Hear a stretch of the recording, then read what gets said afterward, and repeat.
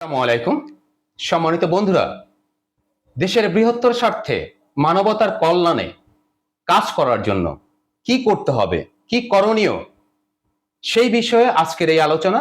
এবং আজকের আলোচনায় উপস্থিত আছেন সামাজিক ও আইনি বিষয়ক মানবাধিকার সংস্থার সম্মানিত চেয়ারম্যান মোহাম্মদ JS রানা। বিস্তারিত সম্পূর্ণ ভিডিও দেখুন। আসসালামু আলাইকুম। সম্মানিত বন্ধুপ্রিয় ভাই বোন ও শ্রদ্ধাভাজন গুরুজন, সবাইকে জানাচ্ছি ম্যান ফর ম্যান ফোর্সের পক্ষ থেকে মানবিক শুভেচ্ছা।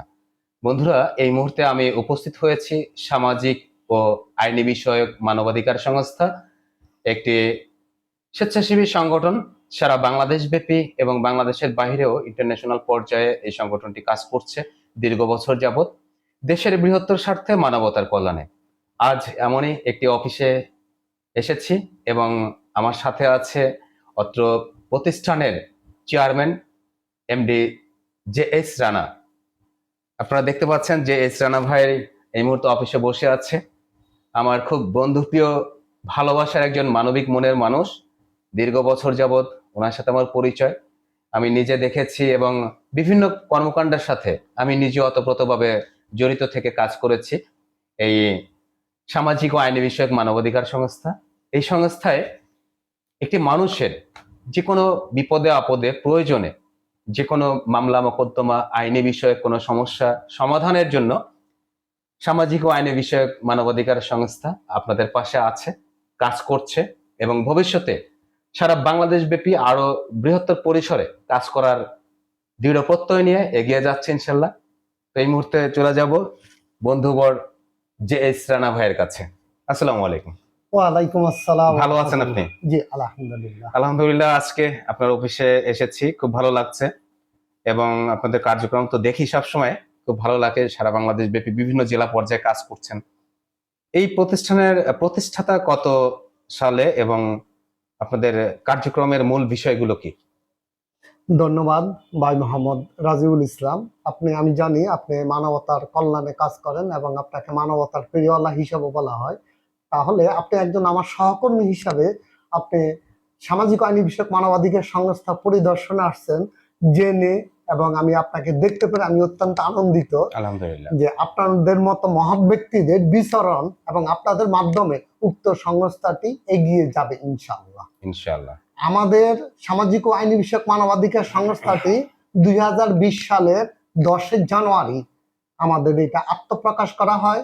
তার আগে 2019 সালে আমরা সম্মিলিত একটি বৈঠকের মাধ্যমে আমরা সিদ্ধান্ত গ্রহণ করি foundation of social and legal affairs human rights নামে একটি সংস্থা ন্যাশনাল আর ইন্টারন্যাশনাল আর কাজ করার জন্য। আলহামদুলিল্লাহ। এই যে দীর্ঘ 5 বছর যাবৎ কাজ করছেন, তৃণমূল পর্যায়ে মানুষের হৃদয়ে স্থান নিয়েছেন, কেমন লাগছে? এই একটা স্বেচ্ছাসেবী প্ল্যাটফর্ম বললেই চলে, এটা কেমন লাগছে আপনার এই সংগঠনে কাজ করে? আলহামদুলিল্লাহ, কাজ করতে গিয়ে অনেকগুলো আছে উপমা, যার জন্য সবগুলো দেওয়া যাবে না, কিন্তু একটি উপমা না দিলে না হয়। সেটা হলো শ্যামনগর সাতক্ষীরা জেলার শ্যামনগর উপজেলা চণ্ডীপুর গ্রামে প্রত্যন্ত অঞ্চলে আমি গিয়েছিলাম একটা গভীর নলকূপ স্থাপন করার জন্য আমাদের সংস্থার উদ্যোগে। ওখানে গিয়ে দেখলাম মানুষের কি নির্মম, কিরকম মানুষের বিচরণ অথচ দেখলে বোঝা যায়। যখন ওখানে আমরা টাকা পাঠালাম, নলকূপটা স্থাপন করা হলো, আমাদের জন্য তারা পানিটা খাচ্ছে না। আমরা যখন গেলাম, আমরা চাপটা দিলাম, চাপ দেওয়ার সাথে সাথে পানিগুলো পেয়ে তারা এত পরিমাণ পানি পেলো, তারা এমন ভাবে কান্না করলো, আমাদেরকে জড়িয়ে ধরলো, তখন নিজেরও চোখের পানি ধরে। মানে খুবই তৃণমূল পর্যায়ে দেখা যায় যে খুবই হত দরিদ্র এলাকা, সেখানে একটি টিউবওয়েল বসানোর মতন তাদের আর্থিক স্বাবলম্ব ছিল না। কিংবা বাংলাদেশে বিভিন্ন সংগঠন আছে, বিভিন্ন সরকারি বেসরকারি প্রতিষ্ঠান আছে, সরকারিভাবেও অনেক জায়গায় টিউবওয়েল দেওয়া হচ্ছে উপজেলা ভিত্তিক।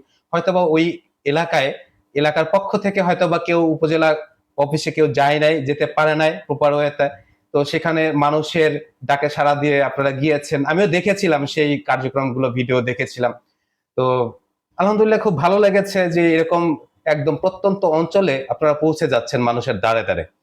ওটার মূল যে সমস্যাটা ছিল সেটা হলো শ্যামনগর থানার থেকে শ্যামনগর যে ফেরিঘাটটা আছে, ফেরিঘাট থেকে প্রায় দীর্ঘ 3 কিলোমিটার আমরা লঞ্চে করে আচ্ছা আচ্ছা। চণ্ডীপুর গ্রামে যেতে হয়েছে, এবং ঠিক নদীর কাছাকাছি। যদি বর্ষা হয় তাদের হাঁটার কোনো একদম উপায় চড়া থাকে না। এলাকা। একবার চড়া এলাকা, আচ্ছা। এবং তাদের যদি মনে হয় ভালোভাবে একটু প্লাবিত হয়, আমার মনে হয় ওরা সবাই ডুবে যাবে, ওরা সবাই মারা যাবে। আচ্ছা, তাদেরকে জিজ্ঞেস করলাম, আপনারা আসলে কিভাবে বেঁচে আছেন? তারা বললেন, এইভাবে আমাদের গড়ে উঠা। তা আমি বলছি, তারপরে রাতে ঘুমালেন, হঠাৎ করে যদি প্লাবিত হয় তখন আপনাদের কাছে কেমন লাগবে? ওনারা বললেন, আসলে আমাদের এইভাবে বেড়ে উঠা, আমাদের কোনো ভয় নেই, আমাদের কোনো কিছুই নেই, আমরা এইভাবে আল্লাহ যতক্ষণ রাখবে ততক্ষণ আমরা আছি। তাদের কথাগুলো খুব সুন্দরভাবে মনোযোগ দিয়ে শুনে নিজের কাছে অত্যন্ত যেমন আনন্দিত লাগলো, তেমনি খুবই খারাপ লাগলো যে প্রত্যন্ত অঞ্চলে মানুষগুলো থেকেও আল্লাহ দরবারে শুকরিয়া জ্ঞাপন করে, আর আমরা বহুতল ভবন, অট্টালিকা, প্রাসাদ, গাড়ি, এসির ভিতর থেকেও আমরা এত শান্তি বা এত তৃপ্তি পাই না। আলহামদুলিল্লাহ, স্বেচ্ছাসেবী প্ল্যাটফর্মে মানবিক মনের মানুষ হয়ে মানবতার কল্যাণে নিজেদেরকে নিয়োজিত রেখেছেন, এবং আপনার সহযোদ্ধা যারা আছে তারা আপনার সাথে থেকে একত্রতা ঘোষণা করে কাজ করছে, খুব ভালো লাগে। তো আমাদের দেশের কল্যাণে, দেশের মঙ্গলের জন্য আমাদের সাধারণ জনগণের অনেক কিছু করণীয় আছে। আমাদের দেশ গঠনের যারা মহানায়ক, যারা দেশ পরিচালক আছেন, তারা আমাদের জনগণের কাছে অনেকটাই প্রত্যাশা। একজন সংগঠক হিসাবে, একজন মানবিক কর্মী হিসাবে, মানবাধিকার কর্মী হিসাবে দেশের কল্যাণার্থে, দেশের বৃহত্তর স্বার্থে, বর্তমান বাংলাদেশের প্রেক্ষাপটে ভবিষ্যৎ প্রজন্মকে সুন্দর একটি দেশ উপহার দেওয়ার জন্য কি করণীয় বলে মনে করেন? ধন্যবাদ, খুব সুন্দর একটি প্রশ্ন। যে প্রশ্নটা গভীরভাবে যদি চিন্তা করতে যায়, এটা অনেক ব্যাপক। তারপর আমি সংক্ষিপ্তভাবে আমি বলতে চাই যে আমাদের একটি স্লোগান আছে, মানবতার সেবা করব কাজ, অঙ্গীকারবদ্ধ আমরা আমরা আজ। আজ।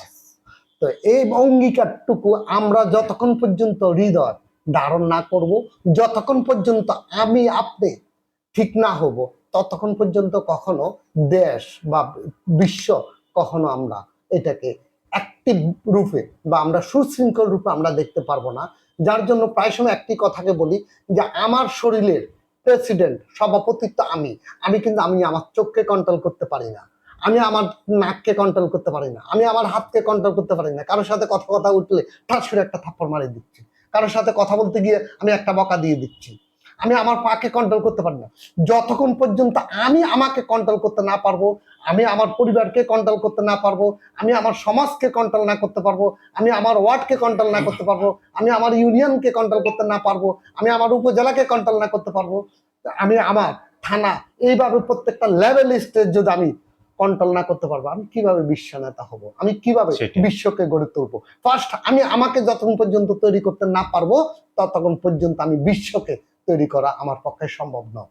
তাহলে আমাকে প্রথম শুরু করতে হবে আমাকে দিয়ে, নিজেকে আমার পরিবার সচেতন দিয়ে, করতে হবে। এরপর আমার সমাজ দিয়ে, এরপর আমার ওয়ার্ড, ইউনিয়ন, এভাবে স্টেপ বাই স্টেপ প্রত্যেকটা ধাপে আমার কার্যক্রমগুলো চলবে। ধন্যবাদ দেশ গঠনের সুন্দর একটি আদর্শমূলক বক্তব্য দেওয়ার জন্য। আমাদের সবার উচিত দেশের বৃহত্তর স্বার্থে, মানবতার কল্যাণে দেশকে পরিচালনা করার জন্য আগে নিজেকে ঠিক রাখতে হবে। সারা দেশের পরিচালক যারা আছেন, জনপ্রশাসন, জনপ্রতিনিধি, প্রেসিডেন্ট থেকে শুরু করে একদম ইউনিয়ন পর্যায়ে মেম্বার পর্যন্ত যারা জনপ্রশাসনের দায়িত্বে আছেন, জনপ্রতিনিধির দায়িত্ব পালন করবেন, সবাইকেই নিজেদেরকে আগে ঠিক রাখতে হবে। তারপরে দেশের কল্যাণে, মানবতার কল্যাণে এগিয়ে যেতে হবে। তাহলেই আমাদের সবার মনের ভিতরে মানবতা জাগ্রত হলেই আমাদের এই দেশ সুন্দর একটি দেশ গঠন হবে, এবং আমাদের বর্তমান প্রজন্মকে সুন্দর একটি দেশ উপহার দিয়ে যেতে পারবো। সবার জন্য শুভকামনা ও দীর্ঘায়ু কামনা করছি। সবাই ভালো থাকবেন, আমাদের জন্য দোয়া করবেন। সারা বাংলাদেশে যারা স্বেচ্ছাসেবী প্ল্যাটফর্মে কাজ করছেন তাদের সবার জন্য রইল মানবিক শুভেচ্ছা। আসসালামু আলাইকুম ওয়া রাহমাতুল্লাহি ওয়া বারাকাতুহু।